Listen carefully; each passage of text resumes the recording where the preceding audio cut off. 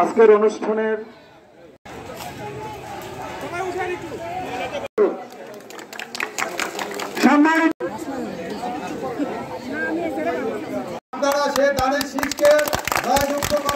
আমার ভাই বলছেন যে দানি শীষ দিয়ে আসবেন, আমি তার পক্ষে কাজ করব, কিন্তু অন্য কোন নেতারা একথা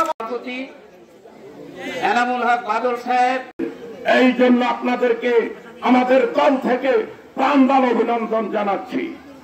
বাংলাদেশ জাতীয়তাবাদী দল কোন রকম ক্ষতি করতে পারবে না। আপনার জনপ্রিয়তা, আপনার যোগ্যতা ইনশাআল্লাহ কেন্দ্রীয় বিএনপি এবং আগামী দিনের রাষ্ট্রনায়ক জনাব তারেক রহমান অবশ্যই মূল্যায়ন করবে। সেই আগামী দিনে ধানের শীষ প্রতীক নিয়ে জালাল ভাইকে নির্বাচিত করব, এই প্রত্যাশা রেখে আমি আমার সংক্ষিপ্ত বক্তব্য শেষ করছি। ব্যক্তিগত চাওয়া পাওয়া নেই, আল্লাহর রহমতে আমাদের বাংলা যা আছে সেটাতে ইনশাল্লাহ আমাদের কারো মুখাপেক্ষি হওয়ার দরকার নেই। আপনারা যদি ওনাকে ধানের শীষে ভোট দিয়ে নির্বাচিত করেন, ওনার জনগণের টাকা বা দুর্নীতি মেরে খাওয়ার কোনো প্রয়োজন হবে না। ইনশাল্লাহ সেদিক দিয়ে আমরা যথেষ্ট সচ্ছল আছি। উনি শুধু মতলবের উন্নয়নের জন্য ওনার চিন্তা, উনি শুধু আপনাদের কথা চিন্তা করে, উনি ওনার নিজের পকেটের পয়সা খরচ করে রাজনীতি করেন। উনি অন্যান্য গতানুগতিক রাজনীতিবিদের মতো না যে অন্যের পয়সা দিয়ে রাজনীতি করবেন অথবা রাজনীতি করে এমপি মিনিস্টার হয়ে জনগণের টাকা নষ্ট করবেন, সেই ধরনের মন মানসিকতা ওনার নাই। ওনার সহধর্মী হিসেবে আমি তো জানি, আজকে উনি এই সবার প্রধান অতিথি, উনি আমার ঘরের প্রধান অতিথি।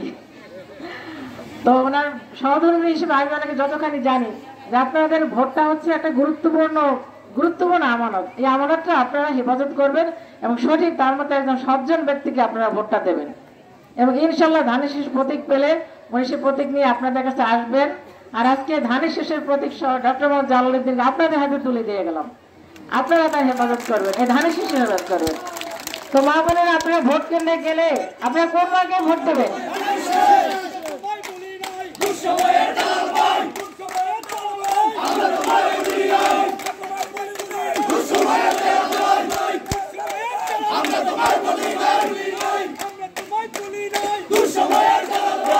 এই 31 দফার ভিত্তিতে আমার এই দেশটাকে পুনর্গঠন করবেন।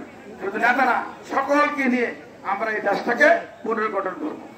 এই 31 দফার ভিতরে আপনি যাবেন এমন কিছু বাকি নাই। এই 31 দফার মাধ্যমে আমরা দেশটাকে এমন শক্তিশালী একটা দেশ হিসেবে গড়ে তুলব, সব দিক দিয়ে বিচার বিবেচনা, আইন কানুন এবং অর্থনৈতিক মুক্তি, ওই মা বোনদের মুক্তি, জনগণের যত আশা আকাঙ্ক্ষা আছে সব 31 দফার ভিতরে আছে। এই 31 দফা যদি বাস্তবায়ন হয়, ইনশাল্লাহ এই দেশ উন্নয়নের দিকে ইনশাল্লাহ রূপান্তরিত হবে। আমরা কি এই 31 দফা পড়বো? মনে আপনারা বাসা নিয়ে পড়বেন এবং ঘরে ঘরে যাবেন, জনে জনে যাবেন, সবাইকে বুঝাবেন এই 31 দফা এটা জনগণের মনের কথা, জনগণের অন্তরের কথা, জনগণের দাবি এখানে উল্লেখ করা আছে এবং মানুষকে আপনারা কনভিন্স করে আপনারা আগামী দিনে ফেব্রুয়ারিতে যে নির্বাচন হবেন সবাই আপনারা দানের শীষে ভোট দিবেন। আমি বলছি না আমাকে ভোট দিবেন, দানের শীষে ভোট দিবেন।